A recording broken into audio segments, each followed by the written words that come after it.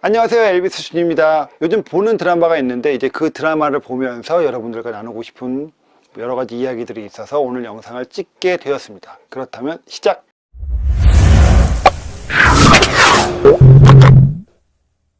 요즘 보는 드라마는 그거예요. 이제 스카이캐슬. 이제 0.1%의 그냥 엘리트 집안들이 자기 자녀들 또한 자기들이 나온 것처럼 명문대에 보내려고 하는 그런 고군분투를 담은 이야기예요. 아무튼 그런 이야기인데, 이제 그거 보면서 저는 물론 이제 그렇게 공부를 잘하진 않았지만 옛날에 중고등학교 때 이야기가 생각이 좀 기억이 났어요. 그때는 이런 생각 되게 많이 했거든요.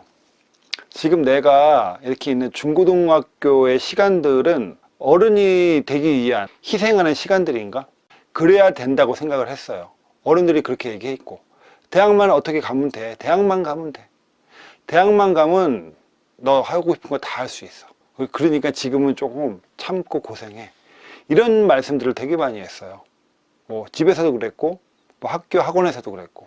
그런데 어른이 되고 대학에 가고 나니까 나 하고 싶은 거 다 할 수 있는 거 아니더라고요. 그때 대학 때는 대학 때의 어려움이 있고요. 또 대학을 졸업하면 그 졸업한 또 직장을 구하고 내 미래를 설계하고 일을 하고, 또 일을 하면 또 일을 하는 대로 어려움이 있고요. 끊임없이 삶의 어려움들은 계속 있고요. 또 그런 인생에서 중요한 선택들은 오히려 성인이 되고 나서 더 많이 주어지는데, 왜 학창시절에 어른들은 대학만 가면 돼 라고 나한테 거짓말을 했던 것일까 라는 원망이 들었어요. 이 20대 때.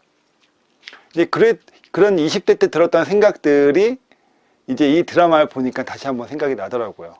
저 이제 대학 때는 이제 스파르타라는 단어가 엄청 유행했어요.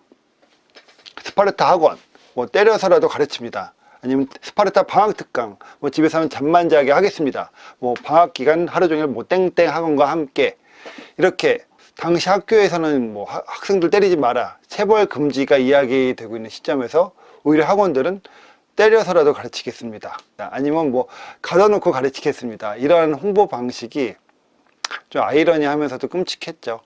근데 이렇게 홍보할 수 있었던 이유가 다 학부모들에게 뭐 어필이 되는 거니까. 그러니까 학부모들은 자기 자식이 딴 데 가서 맞을지언정 혹은 갇혀서 공부할지언정 그럼에도 불구하고 좋은 대학을 가기를 바랬던 거죠. 이제 그러한 과정 중에서 이제 학생들이 뭐 다른 학생들 얘기할 것도 없이 제가 많은 상처를 받았죠. 그런 압박 속에서, 숨막히는 환경 속에서 자존감도 낮아지고 또 막 이렇게 분노도 막 자라나고 그랬는데, 이제 이 드라마를 보면서 그게 생각났어요. 맞아, 나도 저 정도로 많이 화냈던 것 같아. 특히 이제 영재라고 나오죠. 물론 이제 저는 영재만큼 공부를 잘하지 않았어요. 영재만큼 좋은 대학을 가지도 않았어요. 네. 아니 그렇게 다르네. 근데 이제 감정이입이 됐어요. 그때 막 느꼈던, 부모님한테 느꼈던 증오의 감정이 저 정도까지는 아니더라도 저거의 한 80%는 됐던 것 같아요. 드라마에서 영재가 쓴 일기장 보면 이제 부모를 죽이고 싶다, 복수할 거다, 막 그런 내용들이 있거든요. 그 영재네 집안의 모든 가족들의 이제 관계가 다 깨어지는 이야기들이 나오죠. 이제 그런 것들 보면서 참 안타까웠어요. 근데 소름 돋는 건 그 극 중에서 염정아가 그 영재네 집안이 왜 그렇게 됐는지 알면서도 똑같은 길을 가고 있는 거예요.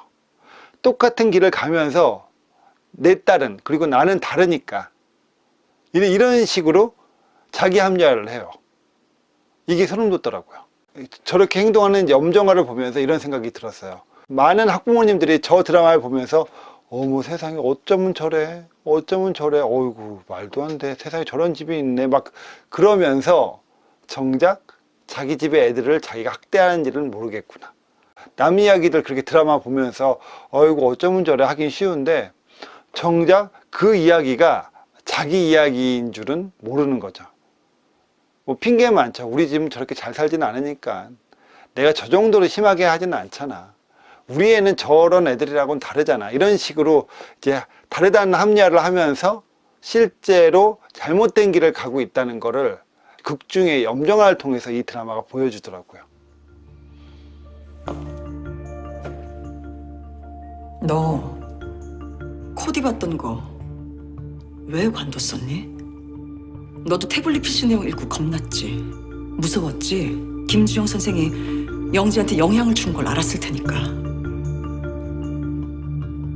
천만에.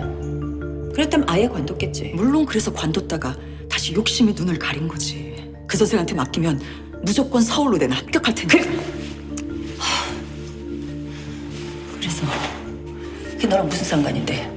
김주영 선생이 우주 케어하니 내 딸 케어하잖아. 그게 너랑 무슨 상관이야? 네가 걱정돼서 딸을 의사 만들겠다는 욕심 때문에 알면서도 문제를 아유 이게 진짜 아갈머리 확 찢어버릴라. 어디서 가당차게 훈수질이야. 야, 남 걱정하지 말고 네 새끼나 잘 키워.